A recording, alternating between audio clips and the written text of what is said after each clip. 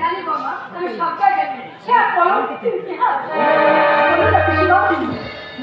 কি সেই ঘটনা যা একজন মানুষ এভাবে দারুণে পরিণত করেছে? আমার অক্ষমতা থেকে ক্ষমা করে দেবে মা। তুই হাজার অনুরোধ করলেও আমি তোকে কিছুই জানাতে পারবো না। আমার পক্ষে জানানো মোটেই সম্ভব নয়। আমি যে সত্য বলছি, আমি যে তাকে কথা দিয়েছি। তুমি একজন নারী, তাহলে চোখের সামনে তো দেখতে পাচ্ছ এবার যে পা রাখার পর থেকে দিনের পর দিন আমি কিভাবে অকথ্য নির্যাতন সহ্য করে চলেছি। একদিনের জন্য আমি কোনো প্রতিবাদ করতে পারিনি। মা, তাকে তার আত্মস্বরূপ বেড়ে যাবে। তার চেয়ে যতদিন পারবি মুখ ফুটে সবকিছু সহ্য করে দাঁড়িয়ে তাকে তোরই মঙ্গল। অমঙ্গলের অভিশাপ মাথায় নিয়ে যে ভূমিষ্ঠ হয় তার জীবনে মঙ্গলের কোনো আশা থাকে না। কৃষ্ণ সারা জীবনটা শুধু অন্ধকারে চক্রাগারে সহ্য করতে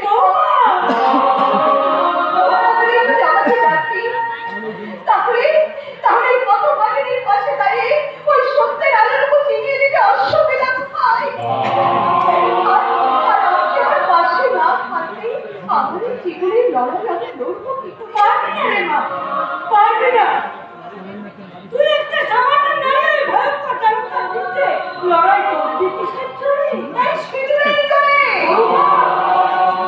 হ্যাঁ পিসিমা, ও দাঁড়াও খোলা। আমি তো দেখি আমার ভালোবাসা দিয়ে এই মানুষকে একদিন আমি ঠিক মানবে পরিণত করবো। তোকে আমি যত দেখছি ততই আমি অবাক হয়ে যাচ্ছি। সবকিছু জানবে আমার বংশীকে ছেড়ে কবেই চলে যেত।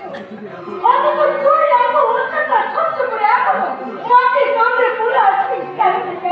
পালিয়ে যাবে না, পালিয়ে যা, বাঁচতে গেলে এই বংশীকে চলে যাবে। পালিয়ে যাবার মতো কোনো জায়গা কি আমার নেই? আমি যে নিজের হাতে আমি নিজের মরণের কবর করেছি কৃষ্ণা। আমি যে যুদ্ধ ঘোষণা করেছি সেই অপরাধার বিরুদ্ধে। আমি তোকে দুহাত তুলে আশীর্বাদ করছি না, তুই জয়ী হরে মা, তুই জয়ী হ। ভক্তির মধ্যে লড়াই করে ছেড়ে নিয়ে আয় তোর জীবনের অধিকার। তুই পারবি রে মা, তুই পারবি, নিশ্চয়ই পারবি। পারবো কিনা তাও আমি জানি না পিসিমা, তবে যে কোনো পরিস্থিতিতেই লড়াইয়ের ময়দান ছেড়ে আমি কখনো পালিয়ে যাব না। আমার জীবনে তোর পাশে রেখেছি আমি এমন এক নায়িকা যার জীবনে কোনো নায়ক নেই।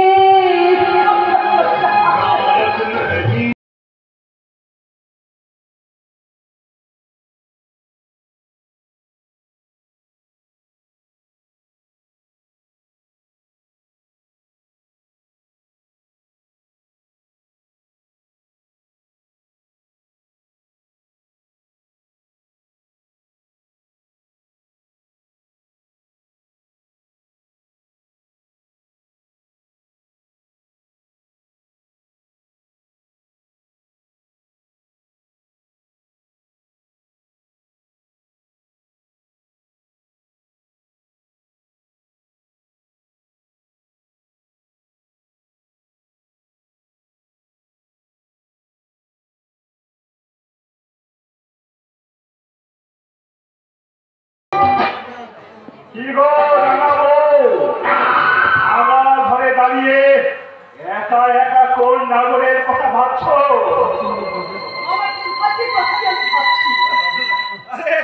ওটা ভেবে কোনো লাভ নেই, ওটা ভেবে কোনো লাভ নেই। এই তো সবে কলির সন্ধে, এরপর তোমাকে আমি মদ খাওয়াবো, তারপর উলঙ্গ করে নাচাবো,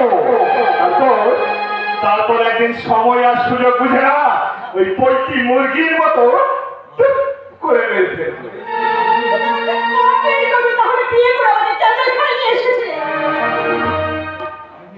আমি কি এমন অপরাধ করেছিলাম বলো?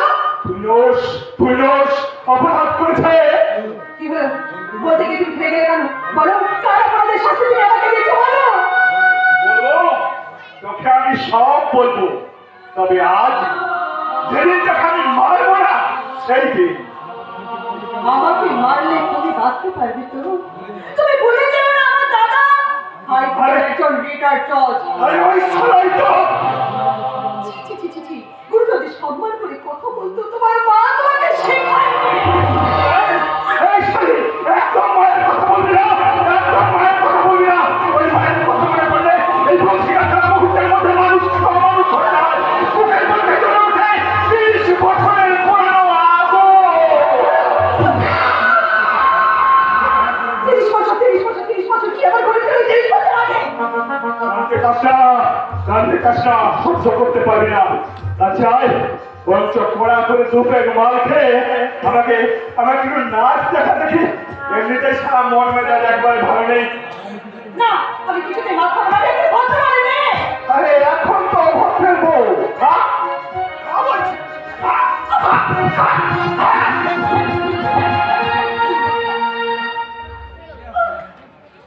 এই তো সোনা বউ আমার, কুচু বউ আমার, লক্ষ্মী বউ আমার। কেন মিছে জেদ করিস বলতো? নে, এবারে একটু ভালো করে নাচ তো দেখি। কমর দুলিয়ে দুলিয়ে নাচ, যাতে এত লোকে মজা পায়। এই যে সারা মিউজিক মাস্টার, একটা ভালো দেখে মিউজিক বাজাও তো দেখি।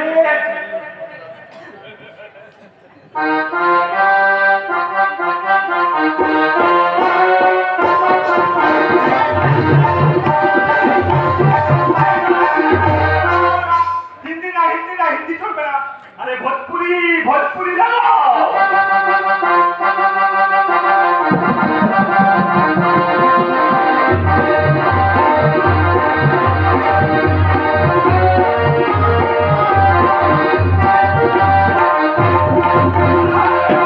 এটা ঠিক আছে, এটা চলবে।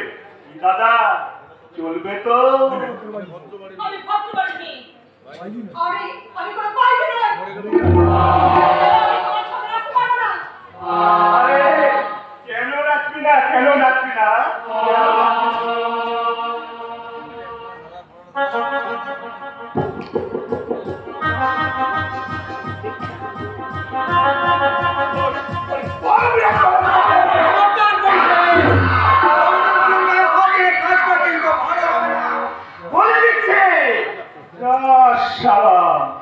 এটা তো মারি নাটকে লেখা ছিল না?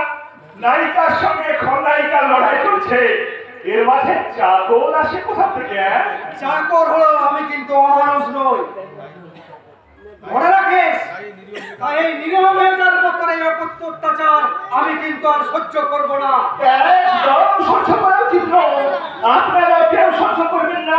ঘরে ঘরে অত্যাচার হলে সঙ্গে সঙ্গে থানায় গিয়ে ফাইল করবেন। যাও বুঝাতে যাও, তুমিও তোমার বৌদিমণিকে সঙ্গে করে থানায় নিয়ে গিয়ে আমার বিরুদ্ধে একটা জব্বর বধূ নির্যাতনের কেস দিয়ে এসে দেখি। সেখানে আমরা কেউ পারবো না, তা তুই ভালো করেই জানিস। তাই আমাদের এই দুর্বলতার সুযোগ নিয়ে তুই যেভাবে প্রতিদিন এই অত্যাচার চালিয়ে যাচ্ছিস, মনে রাখিস ধর্মে কিন্তু সইবে না রে, ধর্মে সইবে না। সেদিন তো ধর্মে ঠিক হয়েছিল প্রথম দাস, সেদিন তো ধর্মে ঠিক হয়েছিল। সেদিন সবাই মিলে জোর করে বংশী, তুমি এখান থেকে চলে যাও বদলদা। আমাদের মধ্যে তুমি এসো না। আমার কপালে যা আছে তাই হবে। আস্তে আস্তে আমি চাইনি গো বৌদিমণি, আস্তে আমি চাইনি, কিন্তু চোখের সামনে এত বড় অন্যায় দেখে আমি যে চুপ থাকতে পারছি না গো, চুপ থাকতে পারছি না। তাতে কি তোমার খুব একটা অসুবিধা হয়ে যাবে বুধনদা?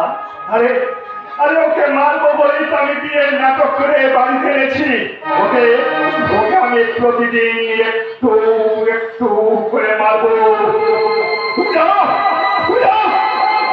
থাকতে আমি আসিনি, বৌদিমণি ছোট দাদা এসেছে বোনের খবর নিতে, সেই খবরটা আমি তোদেরকে জানিয়ে গেলাম রে, জানিয়ে গেলাম। কেন এই কথাটা জানালে? হাজার কষ্ট হলো, আমি তো তোদের কাছে একবারের জন্য যাইনি। ওরে সুখ নিজের চোখে না দেখে থাকতে পারছিলি না তোরা, থাকতে পারছিলি না। শোন, একটা কথা ভালো করে জেনে রাখ, আমি যে কথা বলতে পারি এ কথাটা তুই, বোধনদা আর ওই পিসিমা ছাড়া কেউ জানে না। আর আমি না জানলে কেউ কোনোদিন জানবেও না। তুই তুই যদি বেশি সাহস দেখাতে যাস না, তাহলে তোর ছবিগুলো না আমি ভাইরাল করে দেবো। আর এই ছবিগুলো একবার ছড়িয়ে পড়লে মান সম্মান হারিয়ে আত্মহত্যা করা ছাড়া তোর দাদাদের কাছে কোনো পথ খোলা থাকবে না। হ্যাঁ রে, ছবি দেখ না দেখ। সেদিন সেদিন তুই ধুলোসজ্জার দিনে ক্লান্ত হয়ে ঘুমিয়ে পড়ার পর আমি না তোর পোশাক আশাক খুলে নিয়ে এই ছবিগুলো একটার পর একটা আমার মোবাইলে তুলে রেখেছি। দেখ দেখ কি সুন্দর উঠেছে দেখ। তুই ভাবছি কয়েকটা বড় করে না আমাদের ঘরে বাঁধিয়ে টাঙিয়ে রাখবো।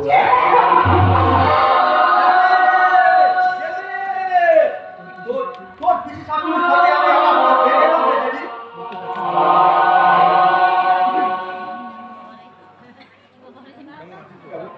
কেমন আছিস রে বল?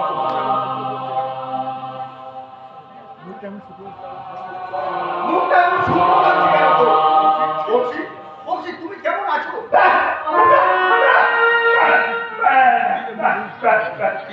কি রে বল? আজ কতদিন পর তোর সাথে দেখা হলো। তোর আগের বছর তুই আর ছোট্টা করে তোকে ঝাঁপিয়ে পড়লি না। সবকিছু ঠিক আছে তো?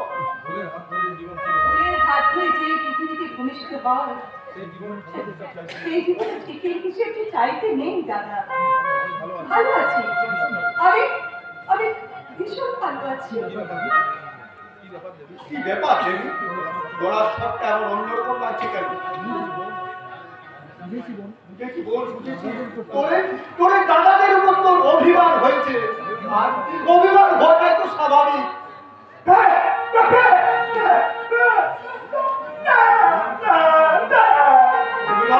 অভিমান করে থাকিস না বোন, অভিমান করে থাকিস না।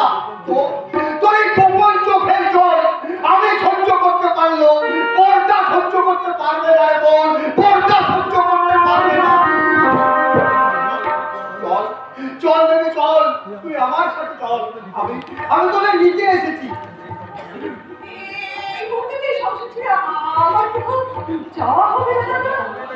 সংসার তো সব মেয়েরাই করে নে, তাই বলে কি কেউ বাপের বাড়ি যায় না? বিয়ের পর থেকে তুই একবারের জন্য ও বাড়িতে পা রাখিস নি। বর্দা তোকে দেখার জন্য পাগল হয়ে আছে। আমার পক্ষে এখন এই সংসার ছেড়ে যাওয়া কিছুতেই সম্ভব নয়। এত করে বুঝাচ্ছি তাও তুই যাবি না? এত অভিমান তো? অভিমান নয়, এটা কি আমার দায়িত্ব।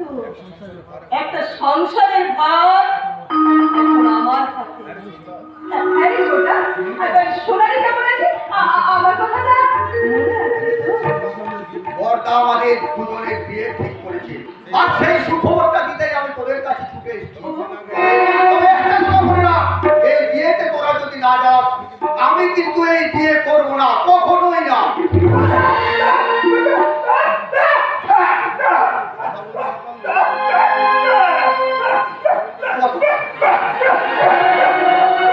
কথা বলতে না পারলেও আমার এই ভগ্নিপতিটি কিন্তু খুব বুদ্ধিমান। বুদ্ধিমান, ভীষণ বুদ্ধিমান, ভীষণ বুদ্ধিমান।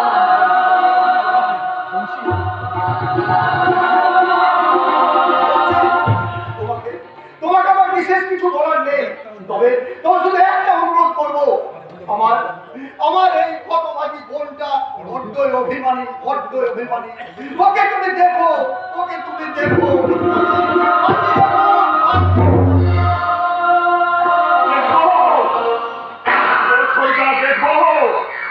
এমন দেখা দেখবো না যে দেখা কেউ কাউকে কোনোদিনও দেখেনি।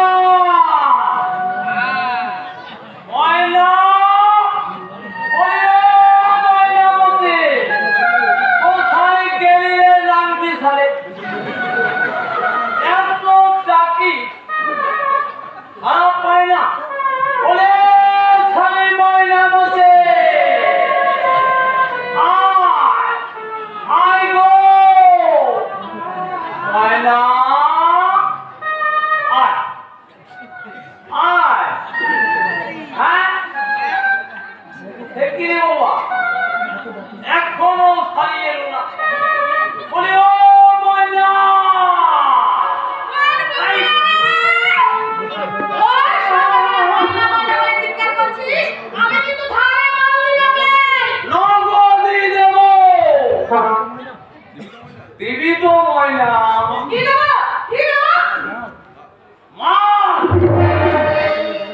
একেবারে গরম গরম মা দেখ মন্ডল, এই ভাবনা সন্ধ্যাবেলা যদি বৃষ্টি দেওয়ার সময় একদম পছন্দ করবি না। রসিকতা নয় রে ময়না, আমি কিন্তু মালের খোঁজে এসেছি, তবে চিনতে নয়। এই এই নিতে দে দে আমার সব টাকা মিটিয়ে দে। আজ পূর্ণিমার দিন, আর এত হাত খালি যা ছিল সব পুলিশ নিয়ে গেছে। ও সব ছেলে কোথায় ধর্ম করবে না রে, জানিস তো টাকাকে আমি সুদকে বেশি ভালোবাসি। দে আমার সব সুদে আসলে মিটিয়ে দে। আরে বলছি তো, একেবারে হাতে কিচ্ছু নেই, যা ছিল পুলিশ নিয়ে গেছে। মায়ের মাঝে তো দিব্যি বলছি। আরে, আমি বললে খালি তোর কি চারটা ধান নেবার সময় তোর মনে ছিল না? এই, ভালোই ভালো আমার সব টাকা মিটিয়ে দে, নইলে কিন্তু আজ একেবারে কেলেঙ্কারি হয়ে যাবে। বিশ্বাস কর, তুই বিশ্বাস কর মন্ডল, বিশ্বাস কর। বিশ্বাস? তোদের মতো নষ্টা চরিত্রহীনা মেয়েদের বিশ্বাস? টাকা পেলে তোর চাঁদটার সঙ্গে রাত কাটাতে পারিস, কত ক্ষতিপনা শুধু সারা আমার সঙ্গে কতবার বলেছি। ওই মাঝে মাঝে রাতের বেলায় আমার ঘরে তুই আসিস, কেউ কিচ্ছু জানবে না। ওই বউটা অকালে মরে যাওয়ার পর আমার আমার বড় কষ্ট হয়ে গেছে। আমি তো কোনো কষ্ট রাখবো না রে ময়না বলি, তোকে আর মদ বিক্রি করে সংসার চালাতে হবে না। আমি তোকে টাকা দেব, ঝিলিমিলি শাড়ি দেব, তোর কোমরে রূপার পিছা বানিয়ে দেব। লোক দেখাবি না মন্ডল, লোক দেখাবি না। পুরো ভুল আছে না, মজা করবি না, তুই তবে রে শালি, প্রণামী দেবার নাই শক্তি, প্রসাদ খাবারে বড় হোক। আজ কিন্তু আমি সব পাওনা গন্ডা একেবারে মিটিয়ে দেব। দেখি দেখি খালি তোকে কে বাঁচায়। মানুষ বাঁচাবে, মানবিকতা বাঁচাবে, বাঁচাবে কর্তব্যবোধ। তুই বুঝি এই ময়লা নতুন নাগর? নাগর না হলেও আমি এই স্বাধীন দেশের স্বাধীন নাগরিক। একটা কামান্ড পশুর হাত থেকে একটা নারীকে রক্ষা করা আমার কর্তব্য। মাতালের আবার কর্তব্যবোধ, মাতাল হলেও আমি কিন্তু বেতাল নই। কালে কালে কত হলো পুরি পিঠের লেজি গজাবে। তোর মতো একটা চরিত্রহীন জানোয়ারকে কিভাবে শাস্তা করতে হয় তা কিন্তু আমার খুব ভালোভাবে জানা আছে। এখন এখান থেকে ওরে বাবারে, এ আমার কে? কান্না হাতে দে, তুই বললেই আমি চলে যাব। আমার টাকার কি হবে? তোর সব টাকা আমি শোধ করে দিব রে মন্ডল। মদ বেচে পেট চালালো, আমাদের কিন্তু একটা ইমান আছে। বেশ, তবে সময় মতো কিন্তু আমি টাকা না পেলে আমি কিন্তু আবার আসবো ময়নামতি। এখন তাহলে চলেই যা। আমি থাকলে তো তোদের আবার রাসলীলা জমবে না। হরি হে মাধব, স্নান করবো না মদ খাবো। এদের মতো মানুষদের কাছ থেকে টাকা ধার নিয়ে নিজের মান সম্মান এভাবে কেন নষ্ট করিস না? আমাদের সংসারে তোর এই প্রশ্নের উত্তর তো মিলবে না বাবু। আমি পেটের ভিতরে তো তোমার কথা শুনবে না। ঘরে যে বাবুকে কষ্ট হচ্ছে।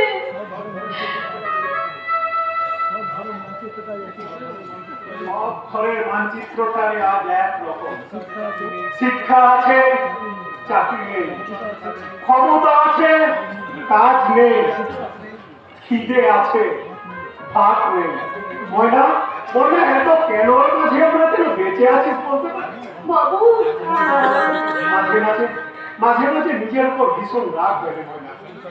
সংসারের জোয়ারটা টানতে টানতে বাবা দিন দিন ক্লান্ত হয়ে পড়ছে। আমার সাধ্য নেই যে মাছ কেনে তার হাতে দুটো টাকা দেব। বাবু একমাত্র আদরের বোন, তার বিয়ে। আমার তো ইচ্ছে হয়, বাবু ইচ্ছে হয় তাকে রাজপুত্রের বোন ছেড়ে দেবে। বাবু পারি না রে ময়না, পারি না। বেকারের স্বপ্নটা সবসময় স্বপ্ন ফিরে।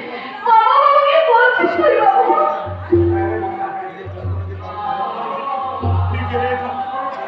কাউকে কোনোভাবে বোঝাতে পারি না। তাই তো মদ খেয়ে মাতাল হয়ে সব দুঃখগুলো ভুলে থাকতে চাই না, সব দুঃখগুলো ভুলে থাকতে। দে মদ দে। আর কিন্তু আমার কাছে কোনো পয়সা নেই। আরে কিন্তু ভালো মদ দিবি না? ওই থাকি আরে কেন বাবু তোকে আমি নগদ টাকা মাল দিতাম না, কিন্তু আমার তো পেট আছে বাবু, ঘরে রুমে বাচ্চা আছে। তাহলে আমি তোকে বলবো বাবু, এর মধ্যে নেশাটা ভালো লাগে বাবু। এই নেশাটা তুই ছেড়ে দে বাবু, ছেড়ে দে। আমি যা সমস্ত ভালো মন্দের ঊর্ধ্বে হয় না, আমি ছাড়তে চাইলেও এ মদ যে হয়তো আমাকে আর ছাড়বে না। যাই হোক, আমি ওই গাছের নিচে বসছি, তুই কড়া করে এক প্যাক বানিয়ে নেবে, বুঝলি? মদ খেয়েও বড় ভালো এসে তোমার বাবা বলে ভগবান এত ভালো মানুষের মনে কেন जब से तुझे देखा दिल को कोई आराम नहीं, मेरे होठों पे एक तेरे सिवा कोई और नहीं। ओ जब से तुझे देखा दिल को कोई आराम नहीं, मेरे होठों से एक तेरे सिवा कोई और नहीं। बन गया हूँ मैं तेरा दीवाना,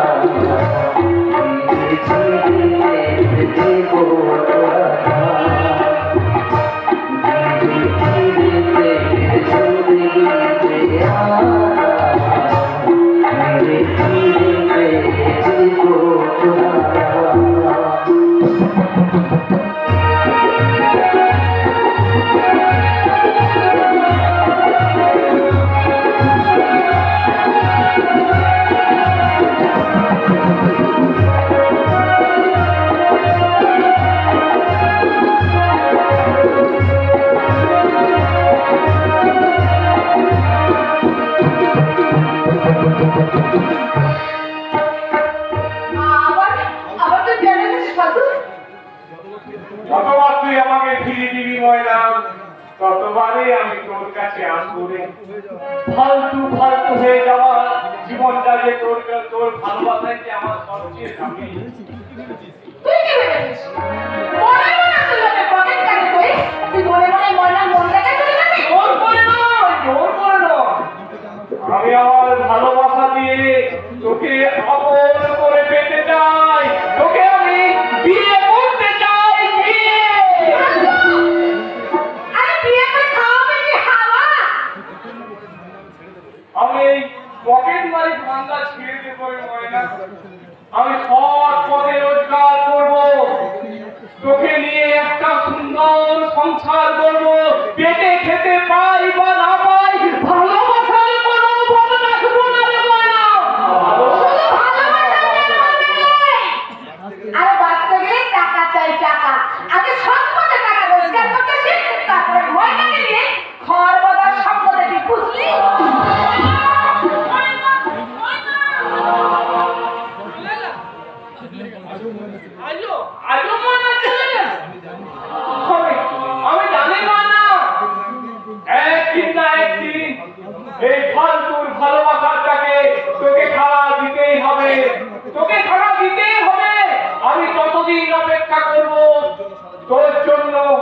সারা জীবন অপেক্ষা করবো ময়না, সারা জীবন অপেক্ষা করবো।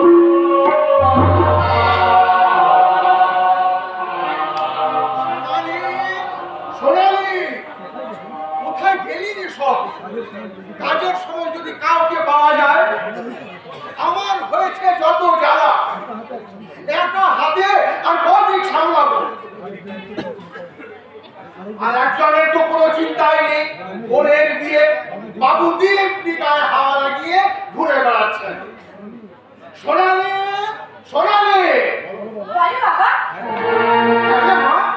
ওইদিকে সবকিছু রেডি তো? ওরা তো ওদের আসার সময় হয়ে গেছে। সব ব্যবস্থা হয়ে আছে বাবা, তুমি শুধু শুধু ব্যস্ত হচ্ছে। ব্যস্ত হবো না, ব্যস্ত হবো না। আজ আমার কত বড় আনন্দের দিন। আর চৌধুরী মশাই নিজে আসছেন তোকে আশীর্বাদ করতে। কত বড় ঘরে তোর বিয়ে হচ্ছে। ওরে ওরে, এই যে আমি স্বপ্নেও ভাবিনি মা, এটা আমি স্বপ্নেও ভাবিনি। বাবা, আরে মা, অভাবের সংসারে অভাবের সংসার সামলাতে না পেরে তোর মাটা অকালে চলে গেল। আমি এমন এক হত থাকবো বাবা, যে তোর সকাল মতো কোনোদিন পূরণ করতে পারলাম না। দুদিন পর তুই আমাদের ছেড়ে শ্বশুর বাড়ি চলে যাবি। ঘরটা ঘরটা একেবারে ফাঁকা হয়ে যাবে রে মা। মজা করে না বাবা, তোমাকে ছেড়ে দাদাকে না দেখতে পেয়ে আমিও কি ভালো থাকবো? আর আমার শ্বশুরবাড়ি গ্রামে, যখনই পৌঁছাবে আমি তোমার কাছে চলে আসবো। তোর দাদাকে আজকে দেখেছি, বই বই করে বলে দিলাম আজ বাড়িতে লোকজন আসবে, বাড়িতেই থাকবে। কে শোনে কার কথা? নিশ্চয় সকাল সকাল নেশা করতে বেরিয়ে গেছে। দাদাকে দাদা নিজের মতো করে থাকতে দাও না বাবা। চাকরি না পেয়ে এই যে ওই যে হতাশ হয়ে পড়ছে, আমি চলে গেলে তোমাদেরকে কি হবে কি জানে? হবে আর অদৃষ্টি যা লেখা আছে তাই হবে। অদৃষ্টের লিখন তো আর কেউ বলতে দিতে পারবে না। তুই যা, তুই যা মা, ভেতরে গিয়ে আপনাদের ব্যবস্থা করবি। হ্যাঁ, যাচ্ছি বাবা, যাচ্ছি। মেয়েটাকে ছেড়ে থাকার কথা কোনো দিনও ভাবিনি, কিন্তু কিন্তু কি দিয়ে বেঁধে রাখবো?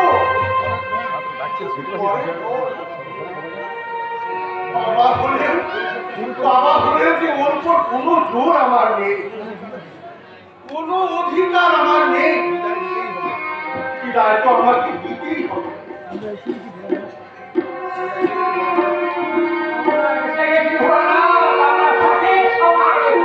আসুন চৌধুরী মশাই, কি সৌভাগ্য আমার। আমি তো বিশ্বাস করতে পারছি না। আমারই হতভাগী মেয়েটা আপনার বাড়ি রাজধানী হতে চলেছে। সৌভাগ্য তোমার নয় ভোলানাথ, সৌভাগ্য আমার। তাই তো মা লক্ষ্মীকে আমার বাড়িতে নিয়ে যেতে পারছি। বলেছেন দাদা, ঠিক বলেছেন। তবে তো মা লক্ষ্মীর তো এখনো দেখাই পেলাম না। ভেতরে আছে, কি সামলাতে হয়।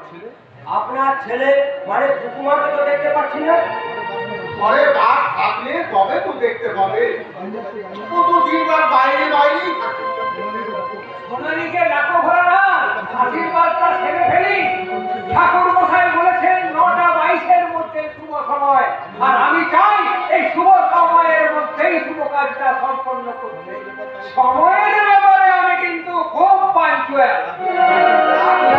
হবে হাইকোর্টের অবসরপ্রাপ্ত বিচারক অভ্যাস যাবে কোথায়? ঠিক বলেছো মানিকদা, তুমি একেবারে ঠিক বলেছো। দাদা সময় মানুক বা না মানুক, সময় কিন্তু দাদাকে ঠিক মেনে চলে। বিক্রম এলো না বুঝি? না, বাবুর লজ্জা লাগবে যে। কত করে বললাম আমাদের সাথে চল, কিন্তু এলো না। আমিও কত করে বললাম, বললো বিয়ের আগে হবু শ্বশুর বাড়িতে যাওয়া নাকি বাবুর শোভা পাবে না। বেশ ভালোই তো, বিক্রম যদি সামাজিকতা মেনে চলতে চায় তোমার চলো বিয়ের পর তাকে শ্বশুর বাড়িতে আসতেই হবে।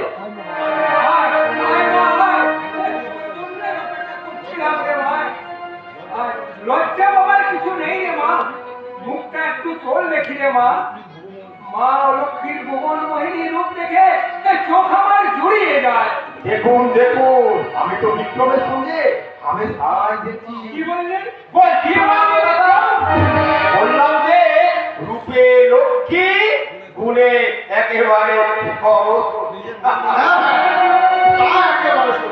নিজের মেয়ের মনে বলছি না, সোনালী মা আমার সত্যি রূপে লক্ষ্মী, গুণে সরস্বতী।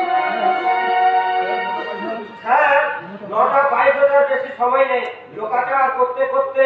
লোকাচারে আমি বিশ্বাস করি না, মানে আমার কাছে মনের শুদ্ধতায় সব, কিন্তু সমাজে যখন আমাদেরকে বাস করতেই হচ্ছে তখন সামাজিক কিছু অনুশাসন আমাদেরকে মেনে চলতেই হয়।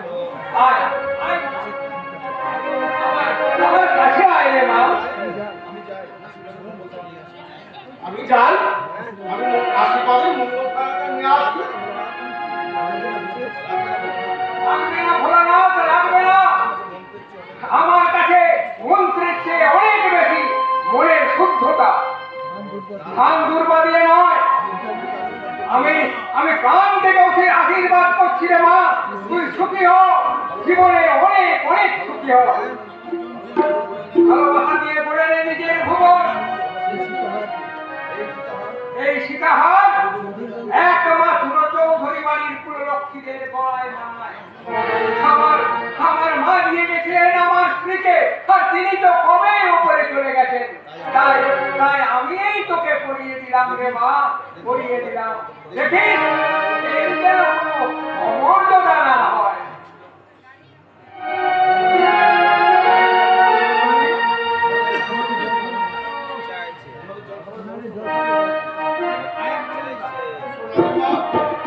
ওনাদের বরবাদের ব্যবস্থা করো।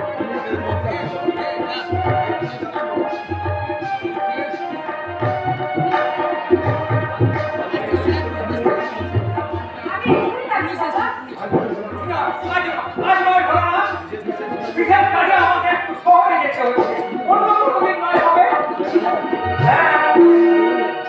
আর বেশি দেরি না হলে অনেক দেরি হয়ে যাচ্ছে, যে অনেকটা পথ, গাড়িতে তেলও দিতে হবে।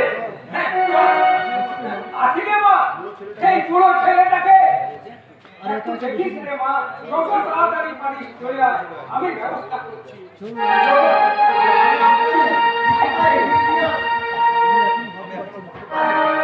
আমি এখনো ভাবতে পারছি না এই সম্পূর্ণ সত্যি। বিক্রমের কর্তা নিজে এসে আমাকে আশীর্বাদ করে গেলেন।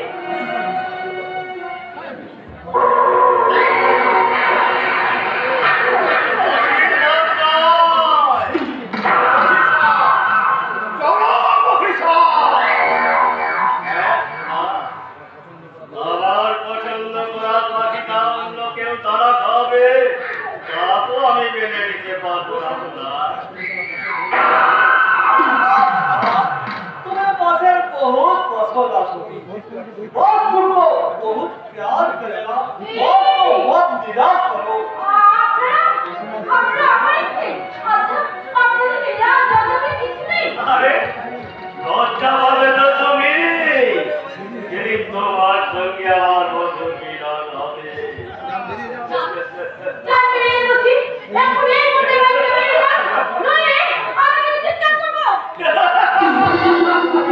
আরে চিৎকার করে কোনো লাভ হবে না, আশেপাশে কেউ নেই, আমি আর তুমি।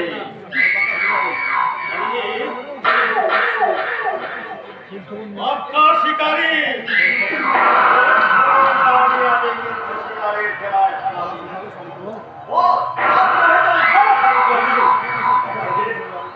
শুধু শুধু কেন সত্যি খরচা করবি শুধু না, আমার সোনা নিজের থেকেই আমার সঙ্গে যাবে। চলো সোনা, আমি তোমাকে নিতে এসেছি, আমি না তোমাকে রানী করে রাখবো। এই, সাবধান! অনেক কথা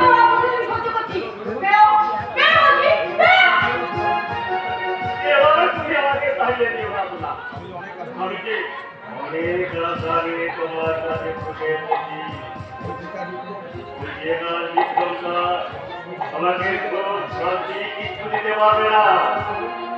আমার সঙ্গে তুই চলো, আমি তোমাকে জোড়া দিয়ে মেরে দেব।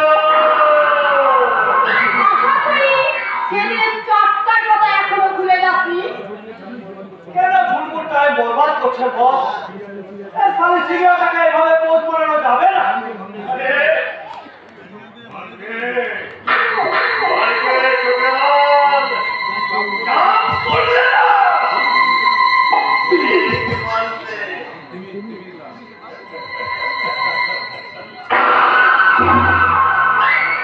আমি চিনি নাই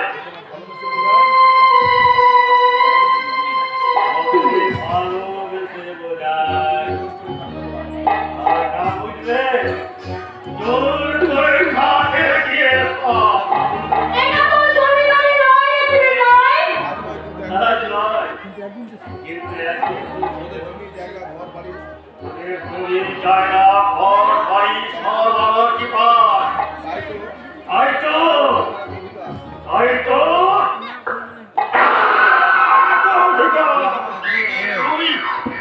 তুই আমার শুধুই আমার। বস काय तो यादा जल्दी कीजिए बॉस। ওই যে কাজের সাথে যেটা তুমি দেখে দাও কারণ বিয়েটা আমি হতে দেব না। তুই কেন? তোর রূপকথাকে নেমে আসা জমিদার বংশ এই বিয়েটা ভাঙতে পারবে না। এই বিয়ে সুন্দর হবে, আমাদের আশীর্বাদ হয়ে গেছে। ওই আশীর্বাদ তো আমি সাথে পরিণত করতে দিলে নাই নাই তোকে বেশি সময় লাগবে না।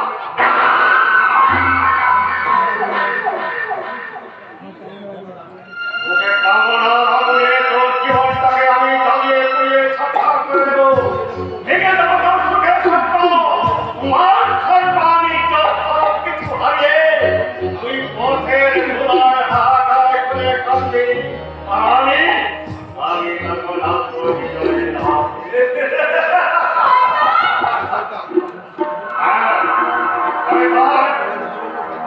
আমি আপনার জীবন্ত শয়তান। আমার এই শয়তানি দৃষ্টি একবার তার থেকে পড়ে না তার জীবনটাকে আমি জ্বালিয়ে পুড়িয়ে ছাড়খাড় করে দিয়ে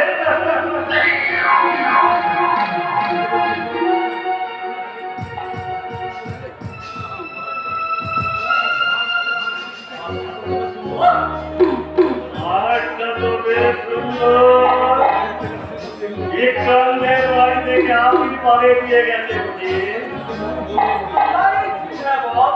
बहुत क्लियर है बॉस। ওর গলা থেকে তুমি হাতটা খুলে গেছে বেলা অন্তরের তো ঠিক নেই। ওটা দাঁড়িয়ে ফেলবে ওটা এখন আমার মাথায় থাক।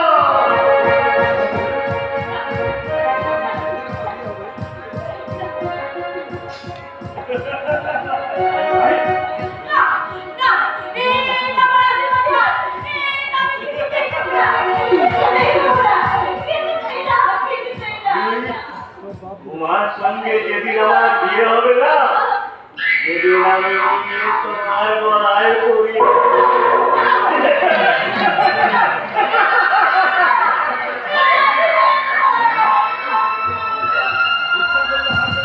ইচ্ছে করলে হাত করা হয় ওকেও আমি তুলে নিয়ে যেতে পারতাম।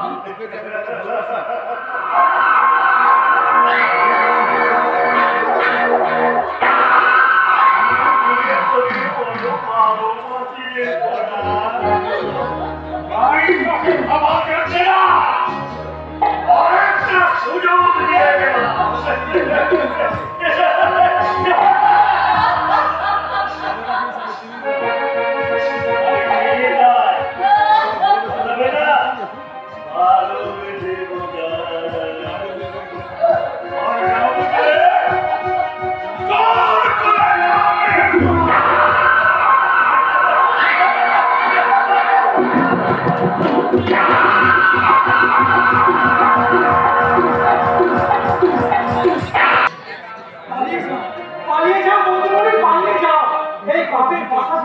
পালিয়ে যা।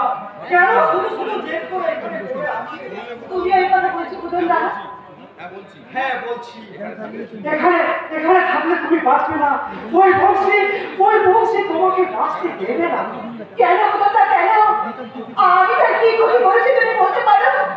আমি চাকর বাসার মানুষ, লাভ করতে এসে বুঝি না গো। শুধু শুধু এইটুকু বলতে পারছি, তোমাকে এই বাড়ির বউ করে নিয়ে আসার পেছনে নিশ্চয়ই কোনো গোপন অভিসন্ধি আছে। এতদিন ধরে বাড়িতে থাকতে থাকতে আমিও ঠিক সেটাই অনুমান করেছি, কিন্তু হিসেবটা আমি ঠিক মেলাতে পারছি না। মিলবে না বৌদিমণি, মিলবে না। ও হিসেব তুমি জীবনেও মেলাতে পারবে না। বংশীকে আমি কোলে পিঠে করে মানুষ করেছি, কিন্তু মাঝে মাঝে আমি তাকে চিনতে পারি না। আসলে কি জানো তো কুদনদা, চেনা মানুষের অচেনা রূপটা দেখতে তো আর আমরা অভ্যস্ত নই।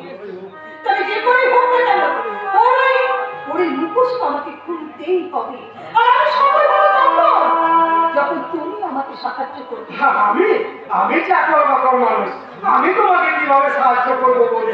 তোমার কি ভালো যে ওকে কেউ চেনে না কুদনদা। আমি লক্ষ্য করে দেখেছি, ও মুখে যতই রাগারাগি করুক না কেন, মনে মনে কিন্তু তোমার প্রতি একটা শ্রদ্ধা আছে, আছে ভালোবাসা। জানি গো বৌদিমণি, জানি। বংশী যতই হলমি তলমি করুক, সে যে আমার কথা কোনোদিন অস্বীকার করতে পারবে না, কোনোদিন না। কুদনদা, হ্যাঁ গো, মানুষটা এমন ছিল না গো, কোথা থেকে কি যে হয়ে গেল।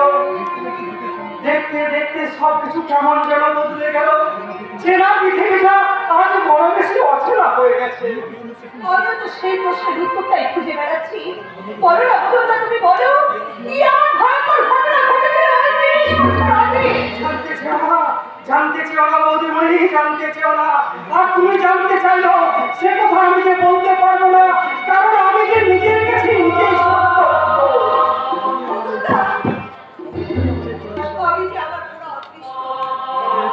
তোমাকে পিসিমাকে যাকে আমি জিজ্ঞাসা করেছি সেই ওই একই কথা বলছি। কেন কুদনদা, কেন? আমি যে তার স্ত্রী, তার সত্যিটা জানার অধিকার তো আমার আছে, নাকি?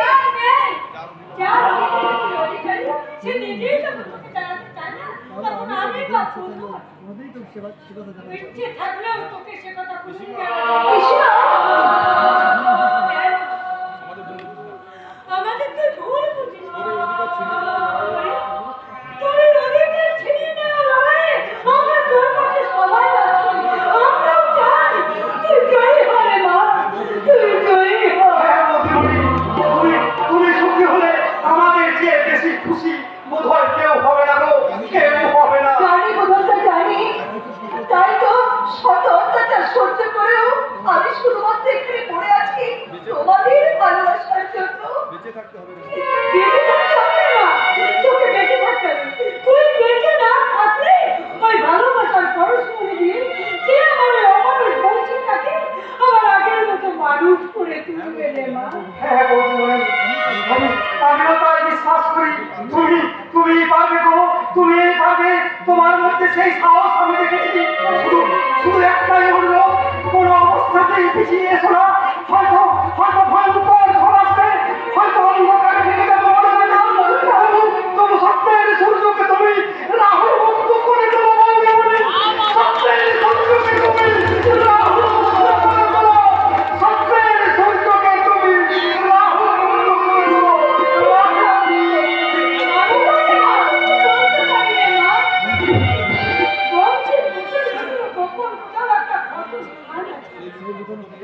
আর সেই লুকোনো কতকে এখনো নিয়মিত রক্ত করানো হয়। আর তখনই আমার বংশীটা মুহূর্তের মধ্যে মানব থেকে দানব হয়ে যায়। চেনা মানুষটা এক মুহূর্তে অচেনা হয়ে যায়। পিসিমা, ভিতরে ভিতরে আমার বংশী কিন্তু ঠিক চেষ্টা করতে বড় ভালোবাসার জানা পারবি রে মা, পারবি। তোর অমরের ভালোবাসা দিয়ে আমার বংশীটাকে আগের মতো আমার কোলে ফিরিয়ে দিতে পারবি রে মা, পারবো কিনা আমি তা জানি না পিসিমা, তবে জীবনের শেষ রক্ত আমি চেষ্টা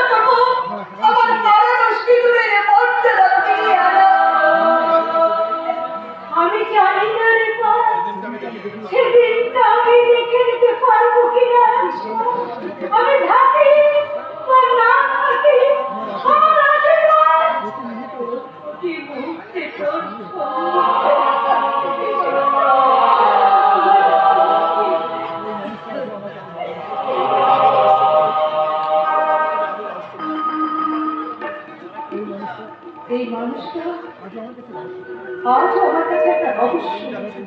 যতদিন যাচ্ছি আমি আমি তো তার শয়তানি চেহারাটা আমার কাছে দিন দিন পরিষ্কার হয়ে উঠছে।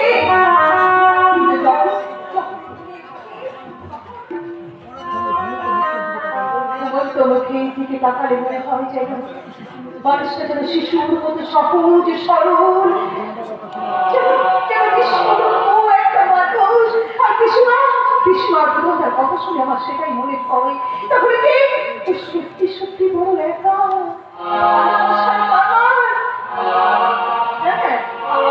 আমি বোধহয় ভুল।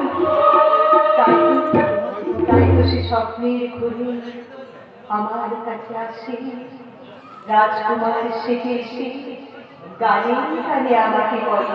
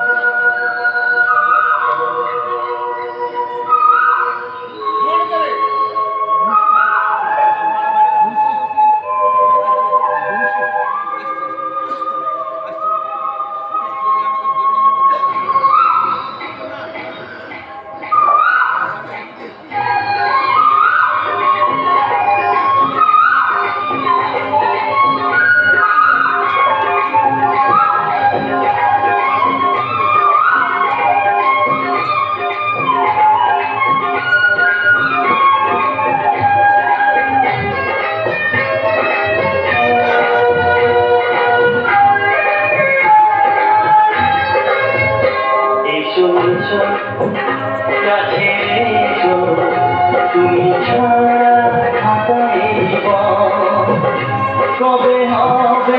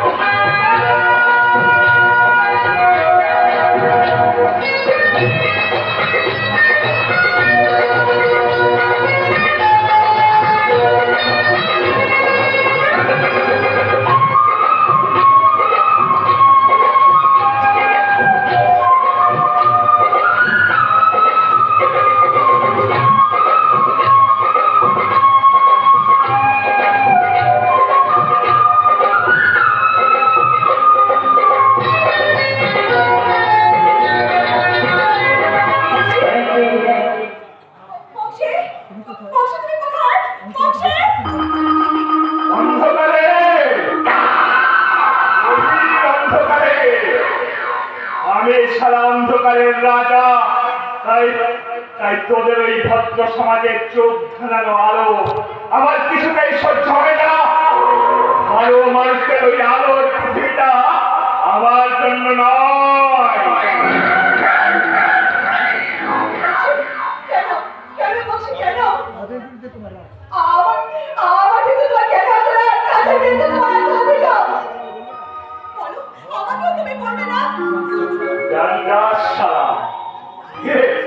বউটাকে দেখছি কদিনেই আমাকে নাম ধরে ডাকতে শুরু করেছে। তবে কি ও আমাকে সত্যিকারের স্বামী বলে ভেবে দিল নাকি? হ্যাঁ,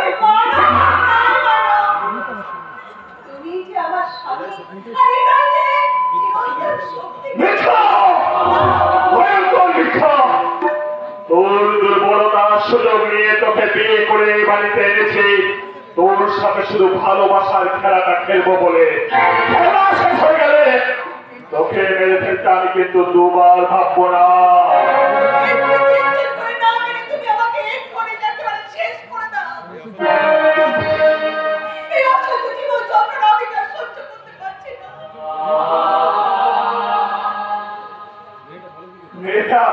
মেয়েটা বলে কি গো দাদা, এই সোনার ডিম পাড়া হাঁসটাকে মেরে ফেললে আমার বলবে কি করে? শোন, তোর ছোটদার বিয়েতে কিন্তু আমি আর তুই যাচ্ছি। হ্যাঁ, আমার দুই হাতে আজ আমি ওদের গায়ে কিছুতেই লাগতে দেবো না। আমার জীবন করতে আমি ওখানে কিছুতেই যাবো না। তোর বাপ যাবে সারে, তুই না গেলে আমার অপারেশনের নাম করে তোর দাদার কাছ থেকে মোটা টাকাগুলোকে আদায় করে আনবে। হ্যাঁ, অপারেশন। আরে নকল অপারেশন রে, নকল অপারেশন। হ্যাঁ, নকল মানে তোর বলতে জানবে ওই অপারেশনটা হলে আমি আবার সুস্থ স্বাভাবিক মানুষের মতো কথা বলতে পারবো। তবে তোর অপারেশনটা কিন্তু করলো কথাই নয়, হবে ফেলবে। আর খরচ তার ধরো লাখ 3-4 একটা হবে। আর এই পুরো টাকাটাই দেবে তোর দাদা, মানে হাইকোর্টের অবসরপ্রাপ্ত বিচারক ওই রুদ্র প্রতাপ চৌধুরী। পর্দাটাকে মিথ্যা কথা বলে আমি একটা টাকা আনতে পারবো না। আলবাত করবে, আমি চাইবো আর তুই পারবি না, তাই কি কখনো হয়? হ্যাঁ, তুই আমার 10টা দোষ, 5টা দোষ, একটা মাত্র বউ, তোকে আমি কত ভালোবাসি বল। এইভাবে মিথ্যা করে বলো না ভালোবাসি, তাও বলো। তোমার মুখ থেকে ওই ভালোবাসার কথা শুনতে আমার ভীষণ ভালো লাগে। তখন মনে হয় যে জীবনটা মিথ্যা নয়। ভালোবাসা? আরে আজকাল তো ভালোবাসা মনে থাকে না রে, মনে থাকে না। থাকে জানিস কোথায়? এই ফোনে ফোনে ফোনে পথে ঘাটে রাস্তায় গ্রামের বাসে বেরিয়ে দেখবি ইয়াং ইয়াং ছেলেমেয়েরা ভালোবাসার কথা বলছে। ঠিক এমনি করি সারা কি যে বলে পাশে থেকে তুই দাঁড়িয়ে একটা বর্ণও করতে পারবি না, কিন্তু কিন্তু ওরা ঠিক বুঝে যায় সত্যি কি ট্যালেন্ট পাই। হ্যাঁ, কি প্রেম। এই শুনতে মিথ্যার বাইরে বেরিয়ে এসে একটিবার তুমি শুধু আমাকে বলো না যে তুমি আমাকে ভালোবাসো। না, তোকে ভালোবাসার কোনো অধিকার আমার নেই। আমি শুধু তোকে। কি হলো? তুমি চুপ করে গেলে কেন? বলো বলো, তুমি আমাকে কি বলো? কেন বারবার পুরানো ভাইয়ে খোঁটা মারিস বলতো? হ্যাঁ, কেন বারবার পুরানো ভাইয়ে খোঁটা মারিস? আমি তো তোকে বারবার বলেছি বেশি কিছু জানার চেষ্টা করিস না। শুধু শুধু একটাই কথা মনে রাখবি, তুই তুই আমার প্রিয়জন নস, তুই আমার প্রয়োজন। হয়তো তাই, শুধু তুমি কেন, এই পৃথিবীটার কাছে আমি একজন প্রয়োজন। প্রয়োজন পড়িয়ে গেলে কেউ আমাকে মনে রাখবে না। আমার কথা বলে না শোনা, আমি না তোকে ঠিক মনে রাখবো। দেখিস তুই মরে গেলে না প্রতিদিন সকাল সন্ধ্যা তোর ফটোতে আমি মালা পরাবো, ধূপ দেবো, তোকে আমি মনে মনে ভীষণ মিস করবো। তারপর না আমি পা ছড়িয়ে জানিস, আমি পা ছড়িয়ে বসে বসে কাঁদবো। হ্যাঁ, ভীষণ কাঁদবো। বলতে আমার অকালে মরে যাবে গো। সাড়ে 10টা নয়, 5টা নয়, একটা মাত্র বউ আমার। আমি কাকে বউ বলবো গো?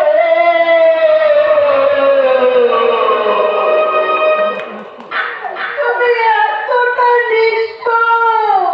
আমার চেয়েও বেশি নিষ্ঠুর তোদের এই ভদ্র পৃথিবীর ভদ্র সমাজটা, আমার চেয়েও বেশি মুখোশধারী তোদের এই ভদ্র সমাজের ভদ্র মানুষগুলো রাখার জন্য পারে না এমন কোনো কাজ নেই।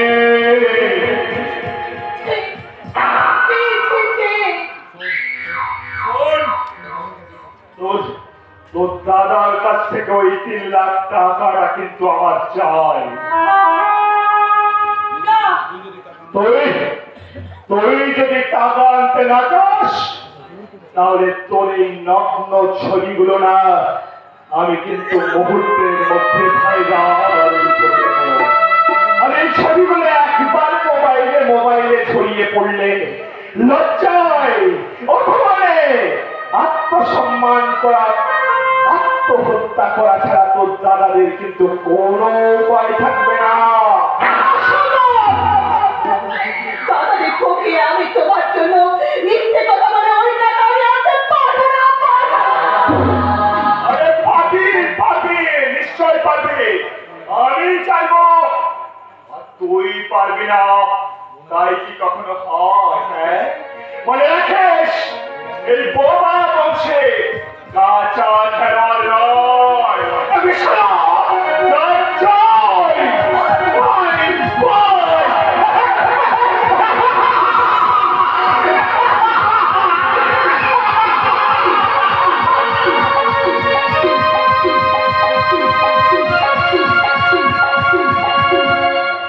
সোনালির যে কি হয়েছে, দেখা করতে চাইলেও দেখা করছে না। তবে কি বিয়ের আগে ও আর দেখা করবে না? কিন্তু বিয়ের তো এখনো অনেক দেরি। এতদিন পর্যন্ত ওর সাথে দেখা না করে, কথা না বলে আমি থাকবো কি করে? তোমার সঙ্গে দেখা না করে আমিও তো থাকতে পারি না বিক্রম। তবে বলে পাঠালো, তুমি দেখা করতে আসছো না কেন? আমি প্রতিদিন তোমার জন্য এই নদীর ধারে একা একাই বসে থাকি। বিক্রম কি হয়েছে সোনালি? তোমাকে আমি উদাসী দেখাচ্ছে কেন? তুমি কি এই বিয়েতে রাজি নও? তুমি যে আমার জীবনের সুখ বিক্রম, তুমি যে আমার জীবনের খুশি, কিন্তু কি? সেই অমঙ্গলের কথা আমি কেমন করে বলি বিক্রম? তোমার গর্তটা আশীর্বাদে হাতটা আমি যে হারিয়ে ফেলেছি। কি বলছো সোনালি? ঠিকই বলছি গো, আশীর্বাদে দিদি আবার গলা থেকে সেই হাতটা ছিনিয়ে নিয়ে গেছে। ঠিকই বিদায়। কি তোমরা থানাতে জানাবে? হারাতে জানালে তোমাদের চৌধুরী বংশের মান সম্মানকে জানাটাই হবে, চোখে হাসাহাসি করবে। তাই আমি কিছু করেছি। কিন্তু বর্তায় কথা জানতে পারলে জানি বিক্রম, উনি হয়তো কিছুতে এই কথাটা মেনে নেবেন না। তোমাদের চৌধুরী বংশের সৌভাগ্যের প্রতীক হয়ে হার, অথচ আমি এমনই অতভাগ্য যে সেই সৌভাগ্যটুকু রক্ষা করার ক্ষমতা আমার নেই বিক্রম। কিন্তু তাহলে এত অন্যায় তো কিছুতেই মুখ করে সহ্য করা যায় না।